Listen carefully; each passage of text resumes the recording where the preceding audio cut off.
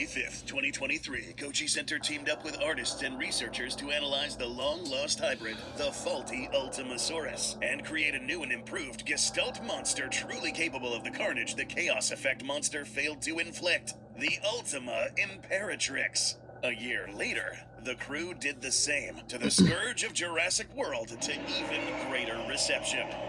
And then for some reason, the internet collectively decided to kill it. The first attempt was struck by YouTuber Goji Guy with his horrific hellbeast Hank. After fending off that challenge, the 2.0 found itself confronted by a slew of foes that came out of the woodwork.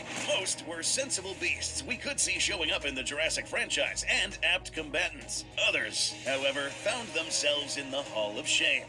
But sharp-eyed viewers no doubt noticed something missing. An empty spot in this exhibit reserved to the absolute worst of them all. But whose ass cheeks will finally make contact with the dreaded throne in the Hall of Shame? Today on Goji Center, we will showcase a well-known challenger to the 2.0, one who was portrayed as an impossible beast. Part man, part kaiju, the uncanny primate king straight out of Dangerville, the Primatus Rex. Or is that Primatus Rex? Jeez, I don't know. So, to stand up to the threat of the king of primates, the pseudo-named Indom 2.0 will have to be modified into nothing. Yeah, you already know this song and dance already. We could have tweaked and revised our favorite attack animal to stand up to a shrunken actual kaiju, but you'll find that this won't be necessary. And while we will be dragging Primatus from its fantasy world into our own grounded universe for some harsh evaluations, we'll play nice and are not going to take away any of its questionable abilities. It'll still be the same psychic, force field-making, physics-busting murder monkey it always was. Soon you'll realize that challenging the 2.0 will introduce you to a very unforgiving entity, reality. Primatus Rex might be a horrifying monster of the mind, but nature is far more ruthless than any thought ever conceived by anyone. So, what does the primate bring to the table? Some decently good assets. A large, robust jaw with fangs for piercing and numerous other sharp teeth for ripping and crunching like Tyrannosaurus. Multi-ton arms to both act as bludgeons, grasp, and slash. A long tail tipped in spikes like a Stegosaurus thagomizer that can bash and stab. And with a towering upright stance of 25 feet tall, Primatus certainly can be big enough to make it plenty lethal. If the 2.0 left itself wide open to a grapple and crush against such a creature, it could be curtains for the hybrid. However, and get comfortable everyone, because class is in session. There's a reason nothing like this ever existed in nature, and folks at Dangerville might have left a few weaknesses in the design that would make tangling with the 2.0 a Herculean effort. For every benefit of a design feature, there could be certain drawbacks. And if there was anything we hope to have shown you on this channel, it's that humanity can rarely outsmart nature when contradicting it. Weakness number 1, skin. Have you noticed that outside of humans, primates have almost never become apex predators? There is exactly one species of purely carnivorous, bloodthirsty primate that butchers prey and stalks in the dark forests of South Asia. This thing. Called a tarsier, these hopping night stalkers are the scourge of grasshoppers, lizards, and frogs they dispatch by ripping the heads off. So, why haven't larger primates really accomplished all that much hunting on a bigger scale than a mob of chimps jumping a monkey a quarter their size? Saving money feels right, just like when things are packed tidy and tight. After all, it took humans multiple millions of years and the invention of spears to start seriously having an occupation more dignified than big cat food. Part of the reason is the skin. Primates have some of the best sense of touch of any animal. Very useful for navigating trees and high dexterity to use tools, but not really good at resisting injuries from struggling prey or fighting rivals. Let's take a look at Demented Monkeyzilla real quick, and it seems as if we have a problem. This fur and skin composition comes straight from primates. Skin is made up of multiple components and layers. In primates, the dermis and epidermis are more rigid, and there's less fibers called collagen and elastin connecting the tissue. This means primate hide is much less flexible, and can't bend around claws and teeth as well as other mammals. Own a pet cat or dog? You'll probably notice you can pretty easily pull up their skin without hurting them. This same elasticity allows them to warp around and withstand both impacts and stabbing teeth or claws better. The same kind of squabbles between two lions leaving each other with scratches on their face might skin a primate alive. For particularly beefy primates like mountain gorillas, thicker skin, layers of fat tight against the muscle, and more covering fur help to protect the limbs and body from injuries, something the lean and mean Primatus seemingly lacks. Now, this isn't to say cutting up an ape is like knifing through butter. Hide is still not something easily pierced, just that there's going to be way less resistance on the skin, and certain types of injuries like shredding and gashes that do slice the skin are going to leave some nasty cuts. This was a reason that while the Indominus 2.0 had some primate genes in its roster, these were far less pronounced and mostly fixed on the internal musculature and skeleton. That armored hide from the African dwarf crocodile was picked for optimal protection without costing much flexibility, specifically to cover this problem. But the ways the Primate King differs from other primates also came back to bite it in another way.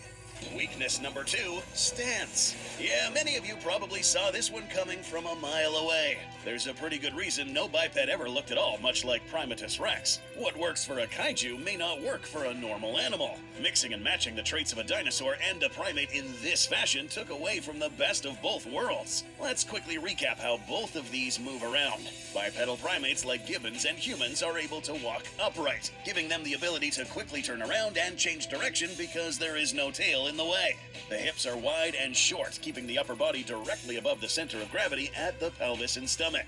Walking on the whole foot is called a plantigrade stance, giving us, and gibbons, better stability because the heel is touching the ground to act as a backstop and pivot. This is why even apes like chimps and gorillas, who usually knuckle walk on all fours, will be stable while running and fight in bipedal stance. Apes can do this much better than tailed monkeys that have their center of gravity shifted around. Seems like Primatus is already racking up some issues. But what else does the Monkey King resemble? Theropods. Let's take a quick minute to study those. Theropods were obligate bipeds that had everything virtually the other way around. The hip was very narrow but long. This gave these animals enough space for the light muscles to attach at an angle that kept the body parallel to the ground, with muscles that attach the legs and tail helping them maintain balance and increase stamina.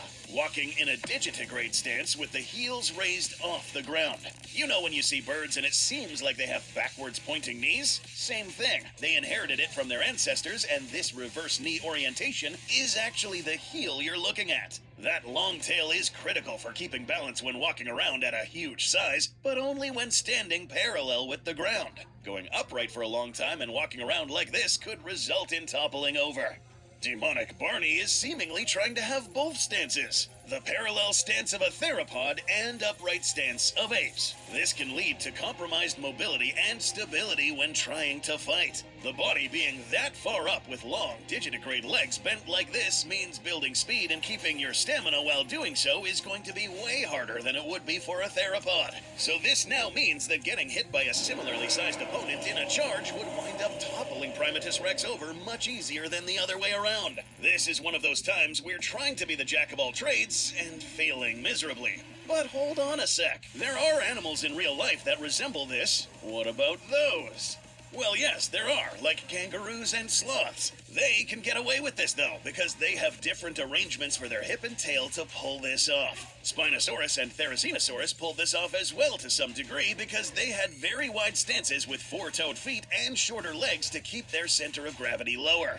Primatus is functional, but most definitely not optimal. When it comes to changing direction quicker, sprinting long distances, or even keeping its footing when clashing against similarly sized animals, it will be a lot harder than it seems. And this without mentioning how top-heavy this thing is. Huge arms and a massive skull adding weight above the balance point near the lean gut will bring some issues. A quick fix for this would have been planting its hands or knuckles on the ground like Peter Jackson's King Kong, but it doesn't seem to be the default posture. Tackling the 2.0 might wind up bowling over Primatus rex in a tackle, dragging it down and using that towering height against it.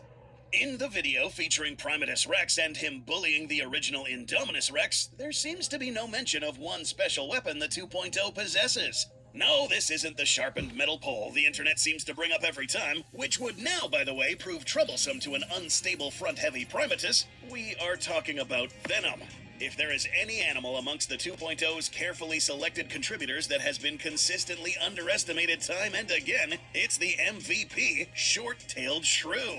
This animal caught a lot of people off guard when this seemingly wannabe rodent had a surprising skill for carnage. We're lucky they're so small. It and fellow contributor, the dwarf crocodile, were essential in rescuing the 2.0 from what could have been fatal blood poisoning when it squared up against Hank. Today, the 2.0's toxins are here to teach Dangerville a lesson. Weakness number 3, venom. Usually, for large animals, venom is not necessarily something you have to worry about. Venom, after all, works by injecting the toxins into the bloodstream. As they say, the dose makes the poison. The more venom there is in relation to the volume of blood in the animal, the greater the chance the venom can do its job. This is why the amount of venom that could kill a mouse within moments might make a horse dizzy and barely even register to an elephant. The murder monkey showcased in Dangerville's video that bullies the Indom also, in that it's in a different size class, but nowhere big enough to snuff off the effects of the 2.0's venom, and the amount applied. Let's take a look at what would happen when the 2.0 manages to take a bite off the now unstable abomination. But hold up. We really need to address this, especially since every ability in the hybrid should be backed up by some genetic contributor. In Dangerville's video, it was mentioned that this thing has a bolstered immune system, but no mention of what exactly contributed to it. Even Hank had most of its abilities backed up by animals. But let's pretend and give Primatus a free pass, that it does somehow have this said improved immune system. Well, it might go a bit better if it was fighting a venomous snake, but it's fighting the 2.0 with the venom application method of the shrew, which is very different. Unlike snakes, who are very careful with the limited stamina they have for bursts of action, shrews are about as hyperactive and voracious as an animal can get, continuously biting and thrashing, and the venomous saliva makes this all worse. Continuous doses of venom to the bloodstream isn't something the body will take lightly. Say this immune system does manage to fend off the first dose, it might start having issues with the second, third, fourth, and so on. The body takes time fighting off these foreign agents and can become overwhelmed. Not to mention that this neurotoxin will cause paralysis at a parabolic rate as each bite is inflicted, affecting the nerve cells and, hold on.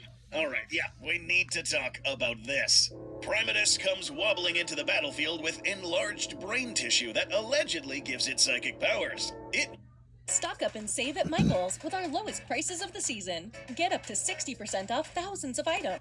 Might be protected from outside attacks by Primatus's foresight to cover its blind spots and a force field, which in the realm of reality wouldn't exist, but here goes yet another free pass. Primatus can keep its force field ability, cause one good bite and it's out of commission.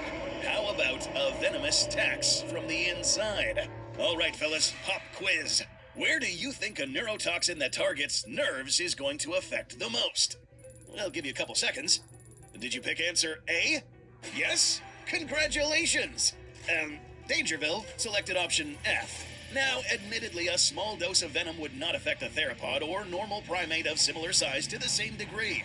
But this venom still has horrid effects on the muscles and nerves for an opponent, like this.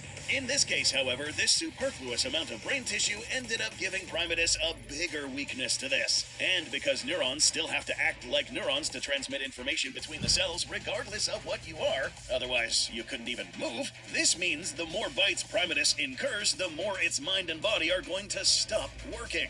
And, well, as we already covered, the evil monkey is shrink-wrapped in tightly fixed skin around the muscles with very little padding underneath, making it bleed quicker and giving more opportunities for this venom to leak with every bite. The fur could deflect some of it, but anything on the bare parts like arms, chest, neck, face, and that uncanny tail would prove catastrophic.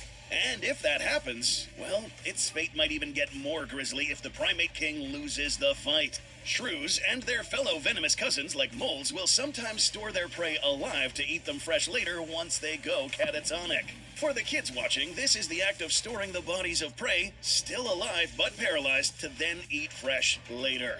A hallmark attribute of the 2.0 is that it does resemble the shrew's hunting methodology. There is something else. A naturalist study found that short-tailed shrews cache away over 85% of their prey.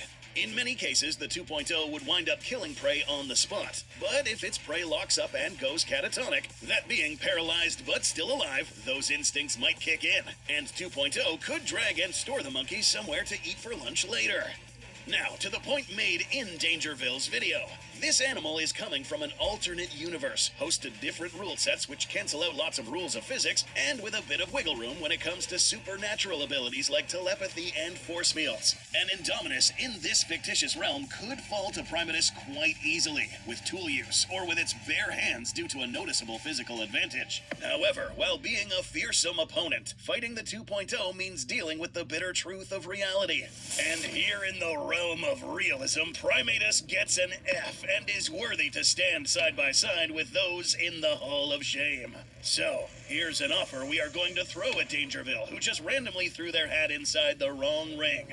The seat is empty and is eagerly waiting for those hairy ass cheeks to make contact. If you refuse, then we got something prepared. Dangerville themselves challenged us to upgrade our combatants. So, fine. You want to play this game, then we'll be happy to oblige. Goji Center will now play by the rule sets of Terracosm. And Primatus is now given a choice. Embrace shame or face death.